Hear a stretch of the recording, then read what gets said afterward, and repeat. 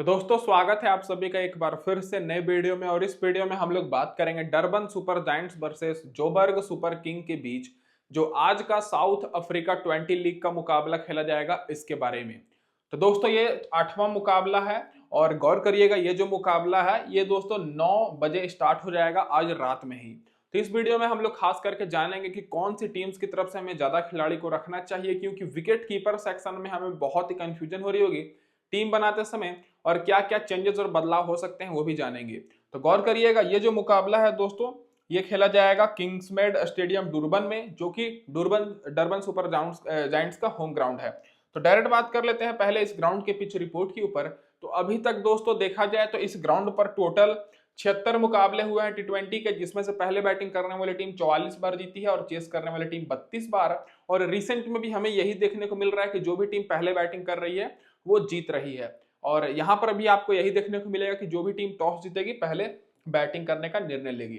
Average score 150 और 155 के आसपास देखने को मिलेगा। और हाईएस्ट स्कोर दोस्तों डरबन सुपर जायंट्स का 216 रन का और लोएस्ट स्कोर 59 रन का है। और स्कोरिंग पैटर्न देखिएगा तो 150 के नीचे 31 बार स्कोर बना है, 150 और 170 के बीच में 21 बार, 170 और 190 के बीच में 14 बार और 190 के ऊपर 10 बार स्कोर गया है। और ये है दोस्तों पिच जो कि आप लोग देख सकते हैं। अब इसके बाद डायरेक्ट बात कर लेते हैं जो रिसेंट के मुकाबले खेले गए हैं इस ग्राउंड पर उसके स्टैट्स के ऊपर। तो अभी तक इस सीजन एक भी मुकाबला इस ग्राउंड पर नहीं हुआ है। और जो पिछले सीजन का मैच की बात कर ले तो दोस्तों जो हुआ था उसमें डरबन सुपर जायंट्स ने पहले बैटिंग करते हुए 174 रन का टारगेट दिया था। और इस टारगेट को दोस्तों पिटोरिया कैपिटल्स की टीम चेज नहीं करने पाई और डरबन सुपर जायंट्स 8 रन से जीत गई, जिसमें फास्ट बॉलर को 11 विकेट मिली और स्पिनर्स को 6 विकेट। और उससे पहले एक मुकाबला और हुआ था जिसमें डरबन सुपर जायंट्स फिर से पहले बैटिंग करते हुए 208 रन का टारगेट दी थी और इस टारगेट को पर्ल रॉयल की टीम चेज नहीं करने पाई और 125 रन से डरबन सुपर जायंट्स जीत गई, जिसमें फास्ट बॉलर को 6 विकेट और स्पिनर्स को 11 विकेट मिली। तो पिछले दोनों मुकाबले अगर आप लोग देख रहे होंगे तो पहले बैटिंग करने वाली टीम जीती है और फास्ट बॉलर के साथ साथ स्पिनर्स को भी यहां पर मदद मिल रही है। और पिछले दोनों मुकाबले मिलाकर फास्ट बॉलर को भी 17 विकेट मिली है और स्पिनर्स को भी 17 विकेट, जिसमें से फर्स्ट इनिंग में फास्ट बॉलर 7 विकेट लिए हैं, स्पिनर्स 9 विकेट, सेकंड इनिंग में फास्ट बॉलर 10 विकेट और स्पिनर्स 8 विकेट। तो फर्स्ट इनिंग हो या सेकंड इनिंग यहाँ पर बॉलर्स को भी मदद मिल रही है जितना बैट्समैन को मदद मिल रही है और टारगेट चेज नहीं हो पा रहा है, जो कि आप लोग देख ही सकते हैं। अब डायरेक्ट बात कर लेते हैं दोस्तों यहाँ पर क्या रहेगी दोनों टीम्स की प्लेइंग 11। तो सबसे पहले बात कर लेते हैं डरबन सुपर जायंट्स की तरफ से। तो इधर से आपको ब्रैंडन किंग के साथ मैथ्यू ब्रेट्स ओपनिंग करते हुए दिखेंगे। फिर तीसरे नंबर पर दोस्तों क्विंटन डिकॉक आएंगे और जो इनका पिछला मैच था वो दोस्तों रद्द हो गया, वो नहीं हो पाया, लेकिन ये भी अच्छे फॉर्म में है, एक मैच जीते हैं। फिर चौथे नंबर पर वैन मोल्डर आएंगे, फिर क्लासेन, फिर Jason Smith, Chris Woakes, Keshav Maharaj, Naveen ul Haq, Junior डाला और नूर अहमद। पिछले मैच में 3 बदलाव हुआ था। बॉलिंग सेक्शन से जूनियर डाला को खिलाया गया था, फिर जेसन स्मिथ को खिलाया गया था और ब्रैंडन किंग को खिलाया गया था। और जैसा भी अपडेट आएगा मैं आपको टेलीग्राम चैनल पर अपडेट करूंगा, तो टेलीग्राम चैनल का लिंक मेरे डिस्क्रिप्शन में दिया हुआ है, फटाफट से जुड़ जाइए क्योंकि वहां पर आपको फाइनल टीम मिलेगी दोस्तों टॉस के बाद। अब बात कर लेते हैं पावर प्ले में। तो क्रिस वोक्स और नवीन उलक बॉलिंग कराएंगे पावर प्ले में 1 से लेकर 6 ओवर तक और आखिरी में नवीन उलक और जूनियर डाला मेन बॉलर रहेंगे। अब बात कर लेते हैं दोस्तों जोबर्ग सुपर किंग की क्या रहेगी प्लेइंग 11। तो सबसे पहले आप सभी को बता दो कि डेवन कॉनवे के साथ कप्तान फैफ डुप्लेसिस ओपनिंग करेंगे। फिर तीसरे नंबर पर ल्यूस डे पोली आएंगे, फिर जॉनी ब्रेस्टो, ब्यान ल्यूब, उसके बाद डेनोवन फरेवर, डेविस बेस, इवान जोन्स। फिर बॉलिंग में दोस्तों आपको लूथो सिम फला, उसके बाद मैम पथिराना, फिर तबरेज शमसी। तो पिछला मैच ये जीत कर आ रहे हैं तो ना के बराबर होगा कि बदलाव होगा। अब डायरेक्ट बात कर लेते हैं। तो पावर प्ले में डेविड वेज और एल लूथो सिमाला बॉलिंग कराएंगे और आखिरी ओवर में एम्पथी रना और डेविड वेज। ये तो हो गई दोनों टीम्स की प्लेइंग 11। अब डायरेक्ट बात कर लेते हैं दोस्तों यहाँ पर रीसेंट फॉर्म के ऊपर, सबसे पहले डरबन सुपर जायंट्स की। तो अगर आप लोग ब्रैंडन किंग का परफॉर्मेंस देखिएगा रिसेंट में, तो लगातार 5 मैचेस में ये फ्लॉप परफॉर्मेंस किए हैं। पिछला मैच खेले थे लेकिन मैच हो नहीं पाया था और रिसेंट में देखिएगा तो 0 run, 8 run, 1 run, 1 run, 3 run. उससे पहले भी दोस्तों एक मैच में 63 रन की पारी खेले हैं। बाकी सारे मैचेस में फ्लॉप ही परफॉर्मेंस दिए हैं 25-30 रन के आसपास। तो मेरे हिसाब से ब्रैंडन किंग रिस्की ऑप्शन रहेंगे, हालांकि आप लोग ग्रैंड लीग में रख सकते हैं, बड़े खिलाड़ी हैं। बाकी दोस्तों मैथ्यू ब्रेट्स की बात करें तो विकेट कीपर सेक्शन से हैं, 33 रन की पारी खेले थे पिछले मैच में जब इन खेले थे। बाकी उससे पहले एक मैच में 66 रन और फिर 51 रन, 76 रन की भी पारी खेल चुके हैं। तो इनके पास क्षमता है, ये लंबी पारी खेल सकते हैं। तो विकेट कीपर सेक्शन में आपको बहुत ही कंफ्यूजन हो रही होगी, तो अगर डरबन सुपर जायंट्स की टीम पहले बैटिंग करे तब आप लोग इनको रखिएगा। बाकी क्विंटन डिकॉक भी विकेट कीपर ही सेक्शन में है। पिछले मैच में जब बैटिंग किए थे तब दोस्तों 15 रन की पारी खेले। रिसेंट में दोस्तों 35 रन और 59 रन और 115 रन और 48 रन और 87 रन की शानदार पारी खेल कर आ रहे हैं। टी20 ब्लास्ट में तो क्विंटन डिकॉक के बारे में तो बोलने की जरूरत ही नहीं है। रिसेंट में कुछ कुछ मुकाबले में खराब परफॉर्मेंस तो हुआ है, लेकिन विकेट कीपर से पॉइंट देकर ये मैनेज कर लेते हैं। तो अगर डरबन सुपर जायंट्स की टीम पहले बैटिंग करे तब आप लोग मैथ्यू ब्रेड्स के साथ क्विंटन डिकॉक को भी रखिएगा, और हालांकि चेस भी करेगा तो क्विंटन डिकॉक तो सेफ ऑप्शन रहेंगे ही। बाकी वैन मुल्डर की बात करें, हालांकि सेफ ऑप्शन रहेंगे और कैप्टन वाइस कैप्टन के लिए भी, क्योंकि बैटिंग करने चौथे नंबर पर आएंगे। 45 रन की पारी पिछले मैच में खेले थे, उससे पहले 8 रन 2 विकेट, फिर 13 रन 16 रन और 9 रन 1 विकेट की भी पारी खेल चुके हैं। तो अच्छी बात यह है कि इनको बैटिंग में प्रमोट किया जा रहा है, क्लासन से पहले बैटिंग करने आएंगे। और इसके बाद बात कर लेते हैं क्लासन के बारे में। तो क्लासन का रिसेंट फॉर्म बहुत ही ज्यादा खराब है, और अगर आप लोग विकेट कीपर में ऐसे खिलाड़ी को खोज रहे हैं जिनको आप लोग ड्रॉप कर सकते हैं, तो उनमें से एक नाम क्लासन का है, क्योंकि पिछले मैच में 0 पर आउट हो गए थे, और उससे पहले भी देखा जाए तो 8 रन 12 रन 0 रन, बहुत पहले एक मैच में 41 रन, और उससे पहले भी परफॉर्मेंस 15-20 रन के आसपास ही है ज्यादातर मैचेस में। तो क्लासन थोड़े रिस्की ऑप्शन रहेंगे। और ब्रैंडन किंग, तो क्लासन और ब्रैंडन किंग इन दोनों को छोड़कर आप लोग बीच में जो खिलाड़ी हैं उनको, उनके ऊपर आपको ज्यादा फोकस करना है। अब दोस्तों लो ऑर्डर से बात कर लें, तो लो ऑर्डर से दोस्तों जेसन स्मिथ को पिछले मैच में खिलाया गया था, हालांकि मैच तो हुआ नहीं था, लेकिन रीसेंट फॉर्म जेसन स्मिथ का देखिएगा तो बहुत ही बेहतर है। 40-50 रन इन्होंने हर मैच में लगाया है, कुछ कुछ मैचेस में फ्लॉप हुए हैं, लेकिन हालांकि जेसन स्मिथ का बैटिंग ऑर्डर बहुत नीचे है, तो रिस्की ऑप्शन ही रहेंगे। और इनको अगर आप लोग लेना भी चाहते हैं तो केवल ग्रैंड लीग में रखिएगा पहले बैटिंग करते समय। अब बॉलिंग में बात करें तो पिछले मैच में दोस्तों 5 बॉलर के साथ ये गए थे, जिसमें से क्रिस वोक्स ने पिछले मैच में 2 विकेट लिया था, केशव महाराज को 1 विकेट मिली थी, नवीन उलक को 1 विकेट मिली थी, जूनियर डाला पिछले मैच में खेले थे लेकिन मैच ही नहीं हुआ था, और नूर अहमद को 2 विकेट मिली थी। तो बॉलिंग से दोस्तों इनका परफॉर्मेंस बहुत ही बेहतर है, और बॉलिंग में भी आपको कंफ्यूजन हो रही होगी टीम बनाते समय, लेकिन यहाँ पर आपको रिसेंट फॉर्म देखना है प्लेयर्स का। तो सबसे पहले नीचे से बात करें तो नूर अहमद का रिसेंट फॉर्म देखा जाए तो बहुत ही बेहतर है, 2 wicket 3 wicket 2 wicket 1 wicket 3 wicket 2 wicket, मतलब सारे मैचेस में ये विकेट ले रहे हैं। तो नूर अहमद तो दोस्तों सेफ ऑप्शन रहेंगे इस मैच के लिए, तो इनके ऊपर आपको फोकस करना है। अब जूनियर डाला की बात करें तो पिछला मैच खेले तो थे लेकिन मैच नहीं हुआ था, और रिसेंट फॉर्म भी देखिएगा तो इनको 1 विकेट ही मात्र मिल रही है, और कुछ कुछ मैचेस में तो विकेट ही नहीं मिली है। और नवीन उलक की बात करें तो नवीन उलक का भी रिसेंट फॉर्म बहुत ही बेहतर है, 3 wicket 1 wicket 3 wicket 3 wicket 2 wicket, तो नवीन उलक इस मुकाबले के लिए सेफ ऑप्शन रहेंगे।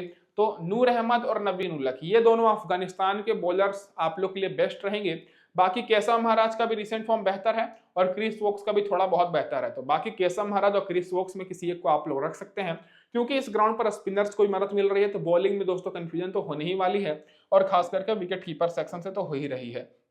अब डायरेक्ट बात कर लेते हैं जो खिलाड़ी बेंच पर बैठे हैं। तो दोस्तों यहाँ पर बी पियर्सन खेले थे पहले मैच में, 47 रन की पारी खेले, फिर केन विलियमसन 60 रन, और डी प्रेटोरियस को भी पहले मैच में खिलाया गया था, लेकिन पिछले मैच में तीनों को बाहर बैठा दिया गया, और सारे खिलाड़ियों को मैंने रिकॉर्ड यहाँ पर लिख रखा है। तो अगर इनमें से कोई भी बदलाव होता है तो मैं आपको टेलीग्राम चैनल पर अपडेट करूंगा। फिलहाल दोस्तों जब मैं वीडियो शूट कर रहा हूँ कोई भी ऑफिशियल न्यूज आई नहीं है निकल कर। अब डायरेक्ट बात कर लेते हैं दोस्तों हेड टू हेड रिकॉर्ड और वेन्यू रिकॉर्ड के बारे में। तो डरबन सुपर जायंट्स का ये होम ग्राउंड है, तो दोस्तों इस ग्राउंड पर इनका खिलाड़ियों का रिकॉर्ड तो अच्छा रहेगा ही। तो सबसे पहले हेड टू हेड की बात करें तो Brandon King head to head में नहीं खेले हैं, ना ही इस ग्राउंड पर खेले हैं, तो ये इनका पहला सीजन है साउथ अफ्रीका 20 लीग में। बाकी मैथ्यू ब्रेड्स की बात करें तो 15 का ही एवरेज है जोबर्ग सुपर किंग के खिलाफ, और इस ग्राउंड पर 53 का है। तो मैथ्यू ब्रेड्स के ऊपर आपको फोकस करना है क्योंकि ग्राउंड पर रिकॉर्ड अच्छा है। क्विंटन डिकॉक का 27 का एवरेज है और इस ग्राउंड पर 24 का है। बाकी वैन मुल्डर की बात करें तो 32 का एवरेज है, 2 विकेट मिला है 5 मैच में, और इस ग्राउंड पर 10 मैच में 20 का एवरेज है, 4 विकेट मिला है। बाकी क्लासन की बात करें तो 52 का एवरेज है और इस ग्राउंड पर 35 का है। तो क्लासन का रिसेंट फॉर्म बेहतर नहीं है, तो आप लोग क्लासन को अगर लेना भी चाहते हैं तो ग्रैंड लीग में ही रखिएगा क्योंकि हेड टू हेड और ग्राउंड पर रिकॉर्ड बेहतर है। बाकी क्रिस वोक्स इस ग्राउंड पर एक मैच खेले हैं, 2 विकेट मिला है। केशव महाराज 5 मैच में 3 ही विकेट लेने पाए हैं हेड टू हेड में, लेकिन ग्राउंड पर 17 मैच में 18 विकेट लिए हैं। बाकी नवीन उलक 2 मैच में 2 विकेट, ग्राउंड पर 4 मैच में 3 विकेट। जूनियर डाला 1 मैच में 4 विकेट लिए हैं, तो जूनियर डाला इंपॉर्टेंट हो सकते हैं हेड टू हेड में, और ग्राउंड पर भी 2 मैच में 6 विकेट है। तो जूनियर डाला इस मुकाबले में ट्रम्प ऑप्शन रहेंगे क्योंकि हेड टू हेड और ग्राउंड पर भी रिकॉर्ड बेहतर है, रिसेंट फॉर्म भी थोड़ा बहुत बेहतर है। नूर अहमद की बात करें तो एक मैच में 2 विकेट हेड टू हेड में जोबार किंग के खिलाफ, और इस ग्राउंड पर 4 मैच में 8 विकेट। तो नूर अहमद के ऊपर आपको बहुत ज्यादा फोकस करना है दोस्तों। अब इसके बाद डायरेक्ट बात कर लेते हैं जोबर्ग सुपर किंग के खिलाड़ियों के बारे में। तो इधर से दोस्तों आपको ओपनिंग करते हुए डेवन कॉनवे के साथ फैफ डू प्लेसिस दिखेंगे, और आप सभी को याद होगा कि एक टाइम चेन्नई की तरफ से ये ओपनिंग करते थे, लेकिन फिलहाल अभी जोबर्ग सुपर किंग की तरफ से ओपनिंग करेंगे, जो कि एक तरह से चेन्नई सुपर किंग की ही मतलब कह सकते हैं कि फ्रेंचाइजी है। बाकी दोस्तों यहाँ पर 9 रन बनाए थे पिछले मैच में, और फैफ डू प्लेसिस 30 रन। तो फैफ डू प्लेसिस का रिसेंट फॉर्म बहुत बेहतर है, 59 रन, फिर 92 रन, फिर दोस्तों देखा जाए तो कलर चेंज कर लेते हैं, 57 रन, 92 रन, 59 रन, और फिर 26 रन, 62 रन। और डेवन कॉनवे का भी रिसेंट फॉर्म बेहतर है। तो दोनों खिलाड़ी इस मुकाबले में इंपॉर्टेंट ऑप्शन रहेंगे। और हालांकि डेवन कॉनवे को उतना लोगों ने नहीं लिया है क्योंकि वो विकेट कीपर सेक्शन से है, वहां पर कंफ्यूजन भी हो रही होगी, लेकिन आपको कंफ्यूजन नहीं होना है, दोनों खिलाड़ी इंपॉर्टेंट रहेंगे। और जो इस मुकाबले में ट्रम्प ऑप्शन रहेंगे वो दोस्तों ल्यूइस डू पॉली रहेंगे। पिछले मैच में 24 रन की पारी खेले हैं, और रिसेंट फॉर्म भी कुछ मैचेस में बेहतर है, लेकिन फिर भी इनको बहुत ही कम लोग लिए हैं। तो मैक्सिमम लोग फैफ डू प्लेसिस और डेवन कॉनवे पर फोकस करेंगे, लेकिन लुइस डू पॉली इस मुकाबले में ट्रम्प ऑप्शन रहेंगे, तो इनके ऊपर आपको फोकस करना है। बाकी जॉनी ब्रेस्टो की बात करें तो 14 रन और 16 रन की पारी रिसेंट में खेले हैं, फिर 48 रन, 31 रन, फिर 28 रन। तो जॉनी ब्रेस्टो और क्लासन का देखा जाए तो जॉनी ब्रेस्टो का थोड़ा सा बेहतर है, और इनको भी बहुत ही कम लोग लिए हैं विकेट कीपर सेक्शन से। तो यहाँ पर दोस्तों 2 खिलाड़ी सेफ रहेंगे, डेवन कॉनवे और फैफ डू प्लेसिस, और नीचे से दोस्तों लुइस डी पॉली और जॉनी ब्रेस्टो, ये दोनों ट्रम्प ऑप्शन रहेंगे, क्योंकि इनका रिसेंट फॉर्म भी ठीक है, लेकिन इनको उतना लोगों ने लिया नहीं है। और हालांकि जॉनी ब्रेस्टो पिछले मैच में 14 रन की पारी खेले हैं। अब दोस्तों वियान ल्यूब की बात करें तो पिछले मैच में 0 पर ही आउट हो गए, लेकिन आउट नहीं हुए, नॉट आउट रहे थे। रिसेंट फॉर्म इनका बेहतर है, देख सकते हैं 46 run, 21 run, 16 run, 49 run, 55 run, 2 wicket. और फिलहाल पिछले मैच में बॉलिंग नहीं कराए थे, बैटिंग पोजीशन तो ठीक है, तो आप लोग ग्रैंड लीग में ही रखिएगा। बाकी डेनोमैन फ्रेवा को बैटिंग नहीं मिला था, लेकिन बॉलिंग कराए थे और विकेट नहीं मिला था। रिसेंट फॉर्म देखा जाए तो उतना कुछ खास नहीं है, बाकी मतलब अच्छा ही है, लेकिन बैटिंग ऑर्डर थोड़ा सा नीचे है। डेविड वेस को 1 विकेट मिला था, और इवान जोन्स को 1 विकेट मिला था, और यहाँ पर लूथो सिमला को 1 विकेट मिला था, और एम पथिरना को नहीं मिला था विकेट, और तबरेज शमसी को 1 विकेट मिला था। तो इधर से भी आपको मैक्सिमम ऑलराउंडर्स और बॉलर्स देखने को मिलेंगे। तो अब चलिए बात कर लेते हैं रिसेंट फॉर्म के बारे में। तो सबसे पहले अब फिर से नीचे से बात करें तो देखा जाए तो तबरेज शमसी का रिसेंट फॉर्म बेहतर है, 2 मैच में 3-3 विकेट मिला है। तो ये दोस्तों इस मुकाबले में इंपॉर्टेंट रहेंगे, क्योंकि इस ग्राउंड पर स्पिनर्स को मदद मिल रही है।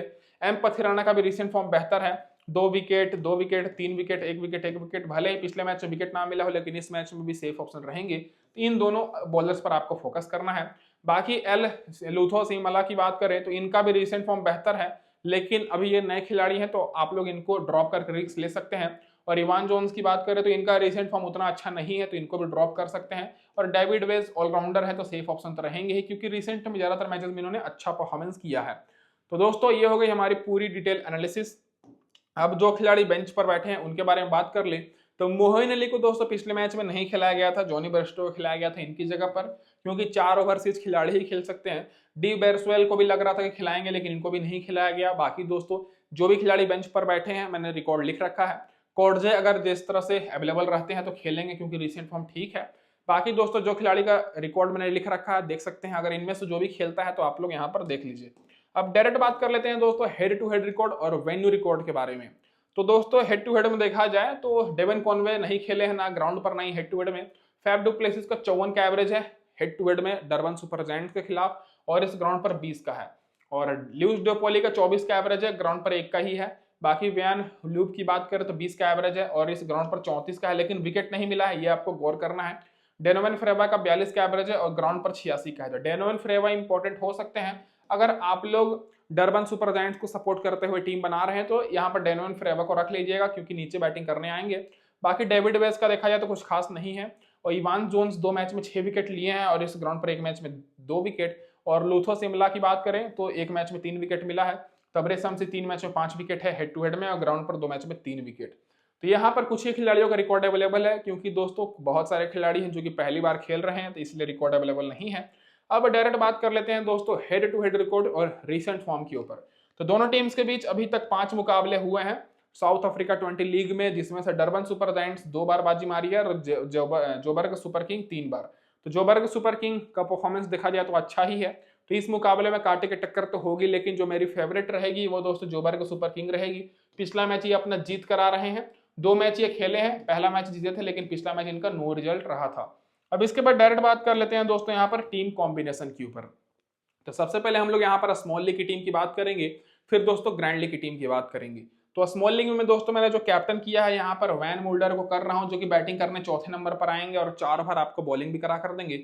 और वाइस कैप्टन में फैफ डू प्लेसिस को कर रहा हूँ, क्योंकि इनका रिसेंट फॉर्म बहुत ही ज्यादा बेहतर है। बाकी मैंने यहाँ पर ट्रम्प ऑप्शन में लिया है ल्यूइस डी पॉली को, और यहाँ पर मैं ले रहा हूँ डेविन कॉनवे को, क्विंटन डी कॉक को और क्लासन को। क्लासन का रिसेंट फॉर्म थोड़ा सा गड़बड़ है, लेकिन फिर भी मैंने उनको लिया है। बाकी दोस्तों मैंने यहाँ पर मैथ्यू ब्रेट्स को नहीं लिया है, ना ही जॉनी ब्रेस्टो को लिया है। और यहाँ पर मैं डेविड वेस को ले रहा हूँ, नूर अहमद को, क्रिस वोक्स को, तबरेज शम्सी को और एम पथेराना। तो 4 मैंने बॉलर को भी रखा है, और ऑलराउंडर मिलाकर मैंने दोनों टीम्स की तरफ से 3-3 यहाँ पर बॉलर को रख लिया है, क्योंकि देखा जाए तो इस ग्राउंड पर दोस्तों बॉलर्स को भी काफी मदद मिल रही है। तो ये रहेगी दोस्तों यहाँ पर हमारी स्मॉल लीग की टीम, जिसमें मैंने 5 खिलाड़ी रखा है डरबन सुपर जायंट्स की तरफ से और 6 खिलाड़ी जोबर्ग सुपर किंग की तरफ से, और कैप्टन वाइस कैप्टन मेरे स्मॉल लीग के हिसाब से पूरे सेफ रहेंगे। अब दूसरी टीम की बात करें जो हमारी ग्रैंड लीग की टीम है, तो यहाँ पर मैंने पूरे विकेट कीपर्स को रखा है। क्विंटन डी कॉक हमारे कैप्टन रहेंगे, वाइस कैप्टन हमारे डेविन कॉनवे जो कि ओपनिंग करेंगे। बाकी मैंने यहाँ पर जॉनी ब्रेस्टो को भी लिया है, क्लासन को भी और मैथ्यू ब्रेट्स को भी लिया हूँ।